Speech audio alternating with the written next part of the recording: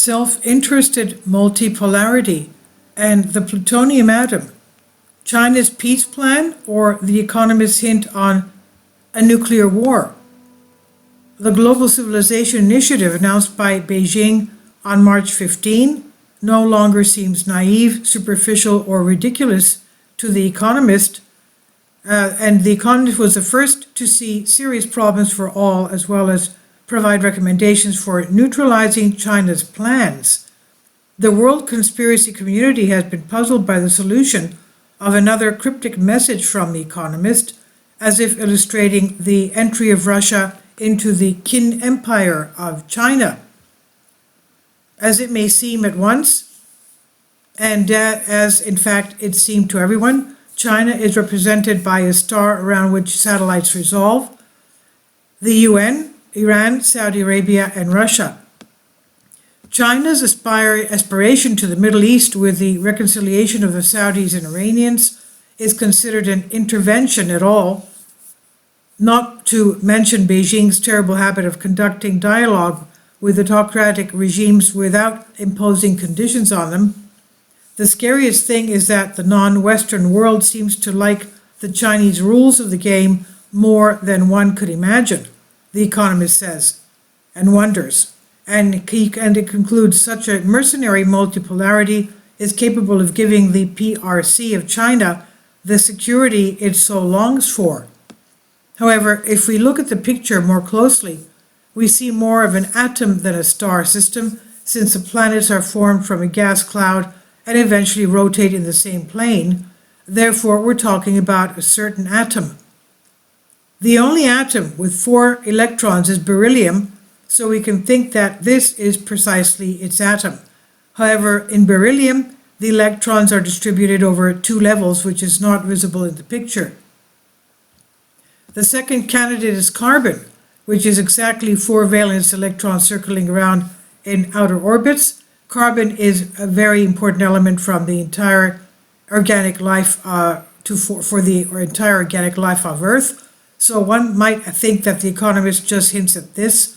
They say China begins to build a civilization from its atoms, where it will be, as it were, carbon and underlying everything. However, according to the periodic table, below carbon we see elements that are chemically similar to carbon and have a similar outer electronic configuration, that is 4 outer valence electrons, and at the end of this table we find plutonium. In fact, plutonium only has 2 electrons in its outer orbit and as many as 7 valence electrons, as it is written in reference books, but reference books usually are usually written by dozens. Plutonium actually has 4 valence electrons, its most stable valence. And in total, plutonium also has 4 valence, 3, 4, 5, and 6. The remaining compounds of plutonium, for example, PUS, have a metallic bond between the atoms, and for example, valence 2 is out of the question.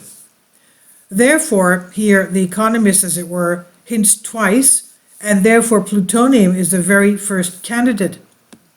In addition to the valence electrons to create a stable valence, plutonium also has electrons in inner orbits that sometimes fly up and provide extreme valence bonding. Such an electron, for example, can be North Korea, which, by the way, is not shown in the picture. The electrons of the inner orbits are never visible. On Friday, North Korea said it had tested a nuclear-capable underwater drone capable of triggering a radioactive tsunami like the Russian Poseidon drones. This nuclear submarine attack drone can be deployed on any coast and in any port, or towed by a surface ship for a subsequent strike, the report says. The South Korean intelligence statement also states that Pyongyang, the capital of North Korea, is more than ready to use its tactical nuclear weapons at any time. And finally, March 23, 2023, Pluto entered the sign of Aquarius for the next 20 years, in which The Economist could be hinting with its cover. Therefore, with a high probability, the picture shows a plutonium atom. Plutonium is a very interesting element, and you can probably make a lot of different useful things out of it, but unfortunately at the moment people have learned to utilize it only for nuclear weapons, and The Economist seems to be hinting on their imminent use. The Pentagon deploys missile defense ships. After Xi Jinping's visit to Moscow with Putin, the geopolitical situation in the world somehow suddenly worsened, so the North Koreans announced the tests of a nuclear torpedo with a megaton charge, destroying ports and entire pieces of the coast. They tested a ground-based cruise missile. In Russia, Putin burst out with a new series of threats to smash the West to dust. In the meantime, news comes from the West, where it seems they took the above threats very seriously. And according to accounts that monitor the near-war situation in the world, in the last 24 hours, 3 iconic ships of a special type left the main U.S. Navy base at Pearl Harbor, the main of which is the Sea Base X-band radar. This device was built in 2014 and cost the Pentagon $1 billion.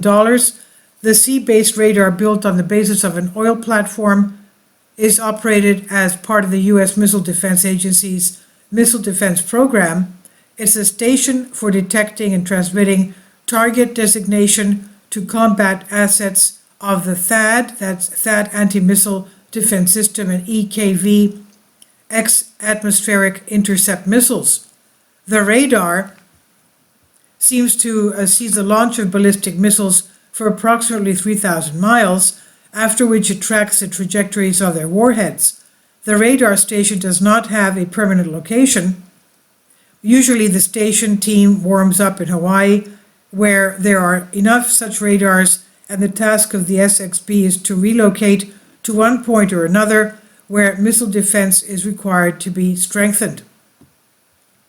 Ships that went to sea at the same time as SBX will be of a lower rank, however. They have the same task, to intercept ICBMs.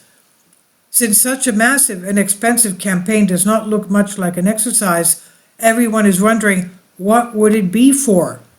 So far, the most common version involves preparing a strike, or they are deployed so that China does not have the necessary time to signal a preemptive command to Kim.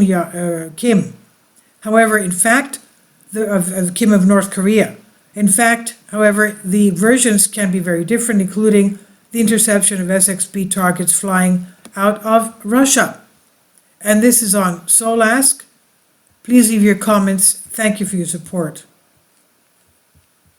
Kindly support my Patreon account. The daily posts are 5 videos daily, and they are totally different from what I have on my YouTube channel. Thank you so much for your support, and that you find all my content so interesting. You'll find the Patreon account details in the description box.